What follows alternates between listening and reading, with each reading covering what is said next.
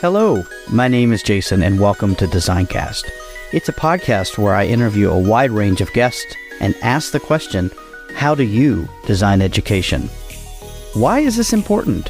Students all learn differently and need varied teaching methods to be successful. It is more important now than ever to accommodate and personalize education for all students as much as possible. I use my 25 years of experience as an educator to ask questions and to learn about the exciting things people are doing to provide for all students and their unique perspectives. Each episode, I chat with guests from all over the world, from classroom teachers, authors, consultants, and beyond. We chat around a range of topics that we feel are important right now. Will you join me in this journey to learn and grow together? If it's your first time here, welcome. Thank you so much for taking the time to check it out. If you like this podcast, please leave a review, rate, subscribe, share, and download from your preferred podcasting app. This helps the podcast get discovered by new listeners. Also, please use the hashtag Designcast when discussing your thoughts and feedback on your favorite social media platform. To connect with me, I would love to hear from you. Thanks for listening. So let's get on with the episode.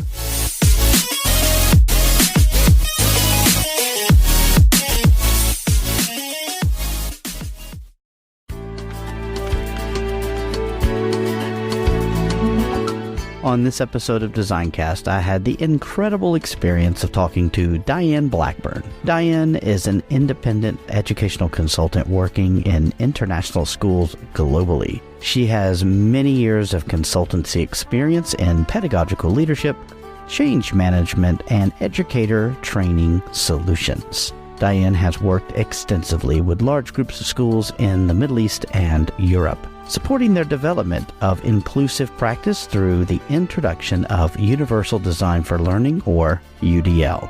Our conversation was really fun and enlightening. Now sit back, relax, and enjoy this chat with Dianne Blackburn.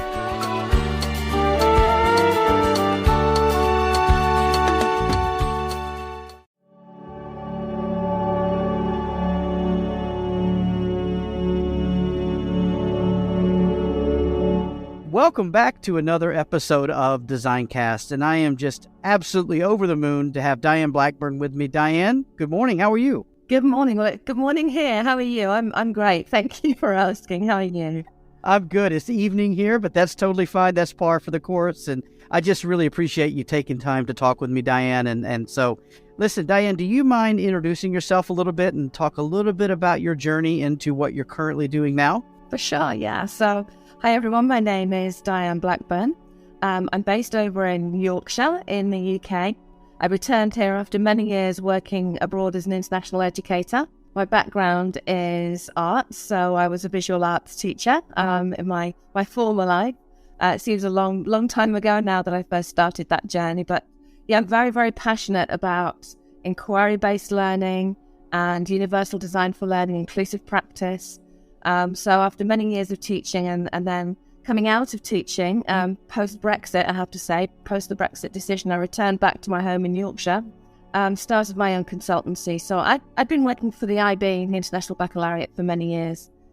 I was in the fortunate position that I was able to then start working predominantly as a contractor for the IB, but then also building my own consultancy. And that's developed over the last 5 or 6 years, and I'm super busy now, so I feel very, very blessed. But yeah, the reason I'm here today is to talk predominantly about universal design for learning, and that passion for really inclusive practice has developed over the last 6 to 8 years. And I've been working with schools, really supporting them in developing their inclusive practice.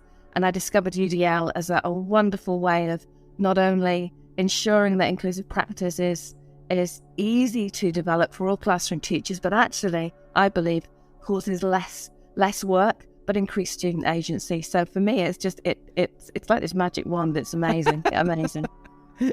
I agree with you, Dianne. Yes, thank you for that. And as a design teacher and you as an art teacher, I think we both understand the value of how you're right, how much easier it is for us to differentiate in such a way to really help students learn and inquire into things in their own way. And you're right, you are busy. It took me a while to book you. And so I'm really happy that we finally had a chance to chat. And so that's awesome. So, Dianne, can you tell me a little bit more about like the principles or the concepts behind Universal Design for Learning, or UDL?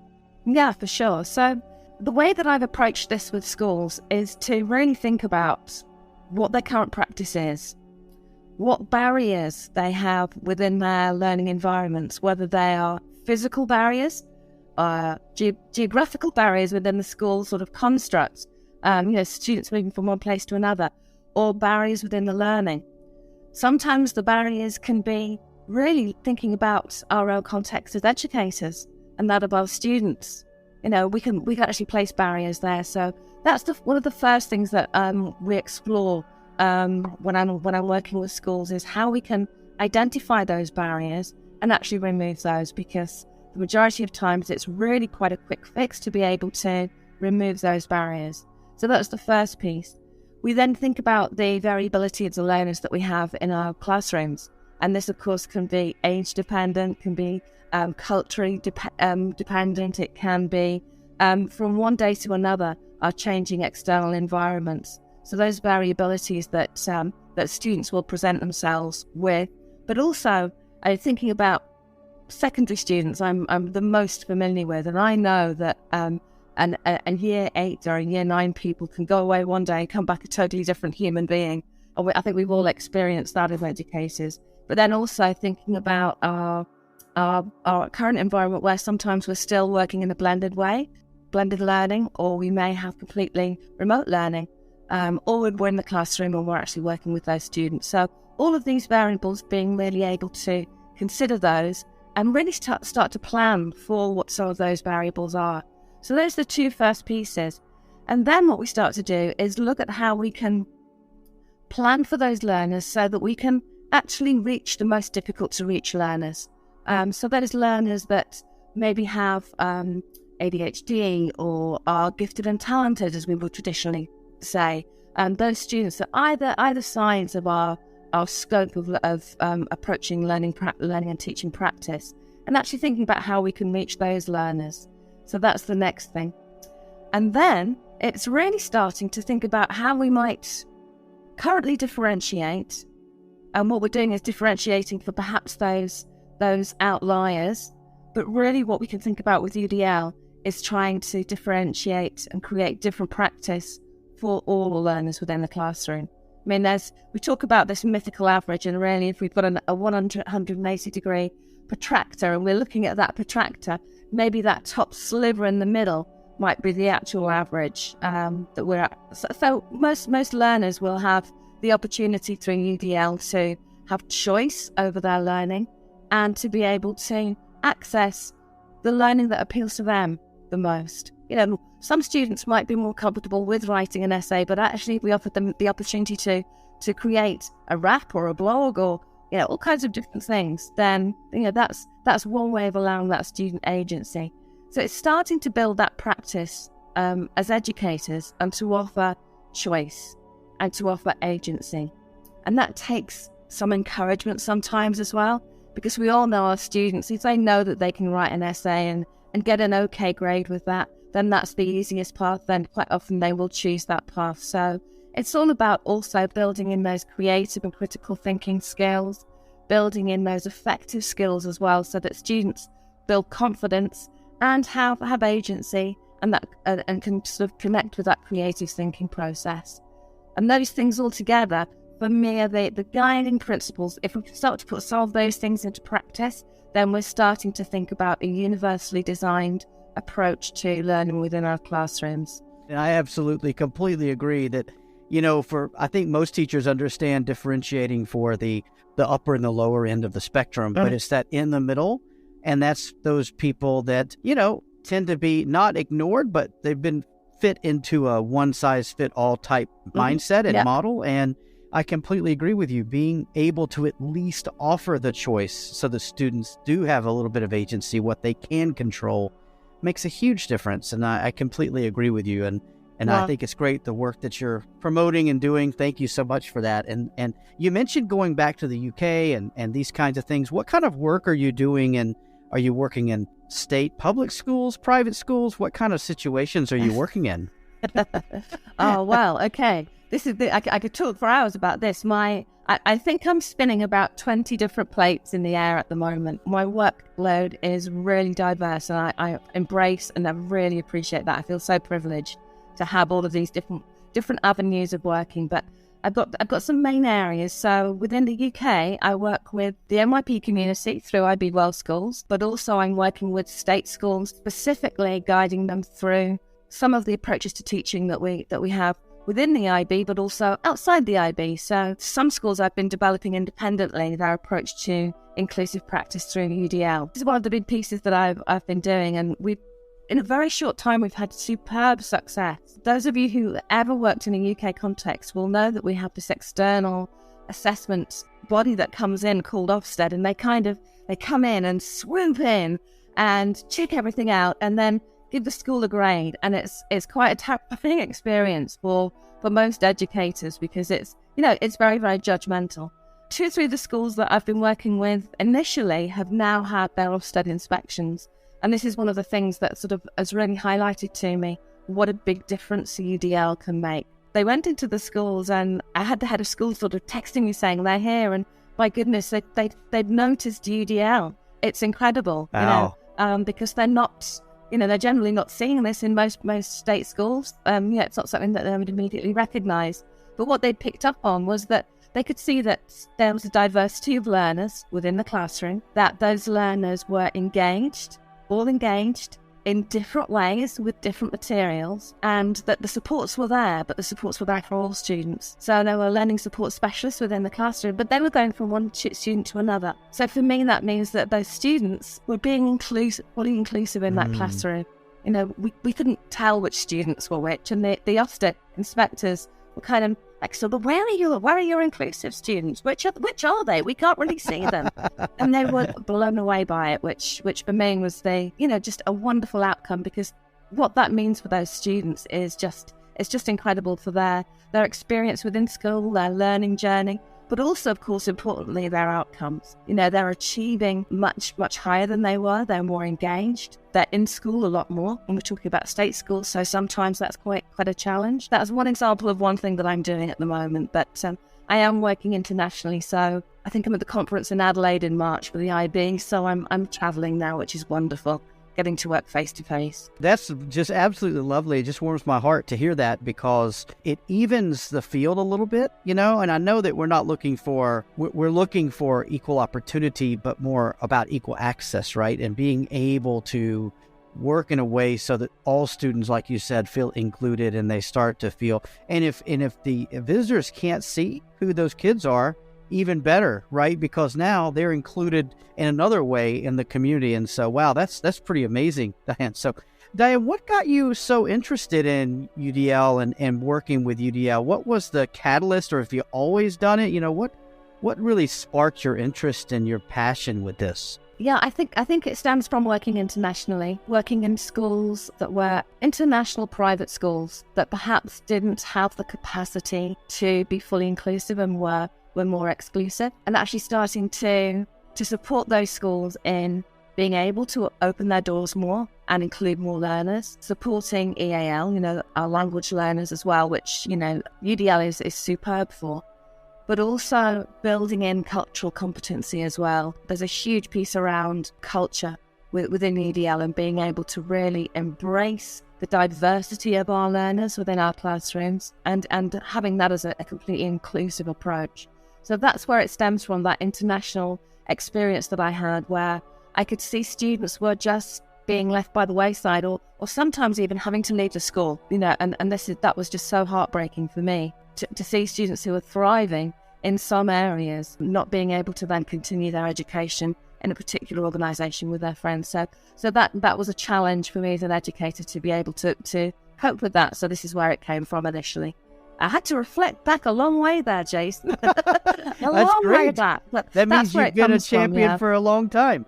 No, Yeah, and I've been in that same situation where I've seen just schools even saying that they'll be supportive and inclusive of students and then not actually following through. No. And it's just a way to market, themselves, which it is what it is. I think probably those people marketing don't really understand probably sometimes what that entails. It does require support, from the whole community, not just one or two people. But let's say a teacher is really, really wanting to bring UDL practices or tenets into their classroom. What's the fastest way they can start doing that? Okay, that's a really great question, Jason, because it's actually making those small changes. Right. And we can do that really, really quite quickly. So if we think about several areas of our teaching practice, we can think about how we present content, the process that students will learn through, and then the product or the assessment. If we can offer choice in those, all of those four, or even if we just started small, start with assessment. So if you're a language and literature teacher and you always expect an essay, what are the other ways that you can allow students to present their work? Because really all we're looking for is what the assessment criteria are. And quite often it doesn't need to be an essay. Now there is an argument that students will need to sit down and write an essay. And for sure, yes, they will, and they might need to do it under exam conditions. But hold on, because what they can do by allowing students to use that creative thinking, that critical thinking, to make mistakes by trying different avenues, that actually builds in resilience, it builds in well-being, it builds in creative thinking. And they will then, when they do have to come and sit and write an essay in those exam conditions, be far better prepared because they've had this breadth of experience and they've built their confidence. So, I mean, that's just a quick way of doing it, is to think, how else can I allow my students, just say for assessment, how else can I let them to respond to an assessment, and to choose a variety of ways. And teachers sort of say to me also, but that then means I've got to work in different ways. Well, you don't really, because you're looking for the assessment, same aren't thing. you? That's right. It's just the packaging that it's in. That's really. right. That's right. And there's a beautiful piece to be done around peer assessment at that point. Getting your students to sit down and work and peer assess. That's a superb way, and that will deepen their understanding too. And again, build that confidence, feeding back to each other. So that's my advice. Start with that, and then think about perhaps building in content that's differentiated or that has a wider scope for your students. And then also the process. There are many different ways to reach a goal. And I always say to the educators that I work with, I look to our guys in the early years in primary, because they will offer UDL sometimes in their classrooms without even realizing it. Not realizing. Students will come in and have choice, and they can go and work at this table or this one or this one. And that really is, in essence, UDL practice. Completely agree, 100%. And I think you've hit on something there. We've come from a very fortunate situation where we often work in a K-12 school or a continuum. We do have access to go and see what the people in the younger years are doing. And I don't know how many times teachers actually go do that. I think time is always an issue. But I think if we're getting supported by administration and the community, why not do some skill sharing? Because I bet there's some things we could teach to the younger year folks too on how to do things a little more efficiently or a little more creatively too. But you're absolutely right. They're great about doing that and don't even know that's what it's called sometimes. Yeah, and we assume that students will leave that sort of primary setting and move into a secondary setting, and they can't work in that way anymore. But they can. They can, absolutely, they can. And they should be allowed to. Yeah, that should be part of the process. No wonder they struggle so much when they move out of primary into secondary. Sometimes it's just such a transition that's so hard for them, going from a really agency-filled situation to a more structured, less choice filled, which should be the opposite actually, but it should. There you go. Ideally. We're in agreement on that. We're in agreement, yeah. So Dianne, if people want to find out more about UDL, what's some places they can go to find out more about it or to get some resources in that? There's a couple of resources that I would recommend. Yep. Okay. CAS.org, CAS.org. Yes. If you go onto that site, I would suggest you don't go right down into all of the guidelines because you'll get lost. It's a bit like it's like going down a YouTube tunnel and you do work about for a while. That's exactly right. But there you'll find some short videos on the overriding principles. There's also a great book there, which is, you can buy the book, but actually I found it free to download. And I've dropped the link into the chat here, Jason. I don't think at some point you'll be able to share it. But it's UDL Theory and Practice. If you go into that link, you'll see that you click on Inclusive and you can join Inclusive. And from there, you can actually download that book. Okay. Or read it online in PDF format. The other one I would recommend is Universal Design for Learning in the Classroom, which is written by the guys who are behind CAST. There's so many resources out there. That's one of the things that I think can overcomplicate UDL. Yes. Which I do worry about because, we start to think about this as a scientific process and there are all of these guidelines and different practices. But actually, if we take a step back and just think about, we're creating opportunities for agency and we're offering different channels for students to select how they want to learn, how they want to create, and how they want to be assessed. And that for me is the overarching principle. And then we can get sort of down and deep into the practice. But those are the two resources I would recommend anyway, that site and those two journals, those two Fantastic. books. I'll make sure to put those in the show notes and have it where everyone can get access to that. No, thank you. I think that the CAST site is absolutely a treasure trove of information. The way they've laid it out, the graphics, all the different resources are just so accessible. And something you could print out and have right next to you and immediately put into action. At least that's my feeling. But I think you have to kind of be ready, right? Like I think you have to be psychologically ready to head down that path. But Dianne, that's fantastic. Thank you so much for that. And so I have a little sidebar question for you, Dianne, and I really appreciate your time. But if you could travel back in time and talk to your younger self, what would you tell yourself? Oh, now then. What would I tell myself? I think I don't know. I think it's really all about just embracing the journey, isn't it? And I say this to teachers as well. When we're doing workshops, that we're all geared towards the summative assessment, but it's the learning process. It's that learning process, isn't it? So I think just enjoy the ride, because my goodness, when I look back now, I've had a great ride. Every ride has peaks and troughs, doesn't it? That's right. In Spanish, we call it montaña rusa, where we're going up and down, up and down. Nice. But, that's life. But enjoy the journey, And certainly as an educator, my last 6 years have been amazing. I've been so blessed and so privileged to work with many educators around the world. So I feel very, very lucky. So, I'm going to carry on enjoying the journey. Fantastic. Well, I feel lucky to have had a chance to connect with you again, Dianne. Thank you so much. If anyone wants to get in touch with you, I have your contact information, but what's your preferred way of being contacted? Now, you can drop me an email. Okay. I'm on my emails, but also on my website, you can just fill out the contact form and contact me that way.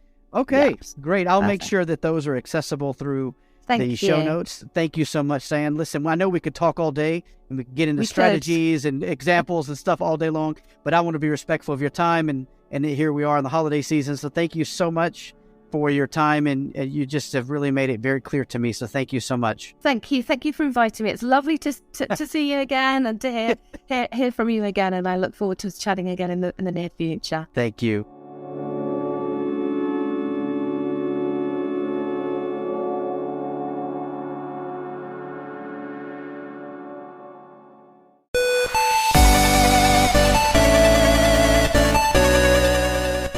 I hope that you enjoyed that episode of Designcast. Again, I'm Jason. I am the creator and host and one-man band when it comes to this podcast. I sincerely hope you enjoyed it, and please share it with your colleagues and friends and help me network with those folks who you think will benefit from listening to this podcast. If you own a company or you have connections where you would like to partner with me in this podcast, whether it be sponsorship or product reviews or any other possible services, please reach out to me. My contact information is in the show notes, and I cannot wait to hear from you. I only do this because I love talking to people and I love sharing my passion with all the listeners.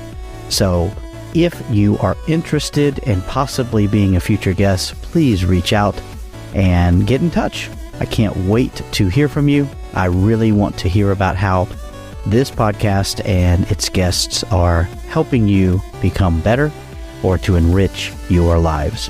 Thank you so much for listening, and until next time, be good to one another.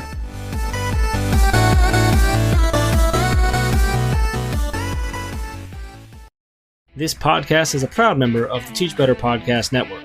Better today, better tomorrow, and the podcast to get you there. Explore more podcasts at www.teachbetterpodcastnetwork.com. We'll see you on the next episode.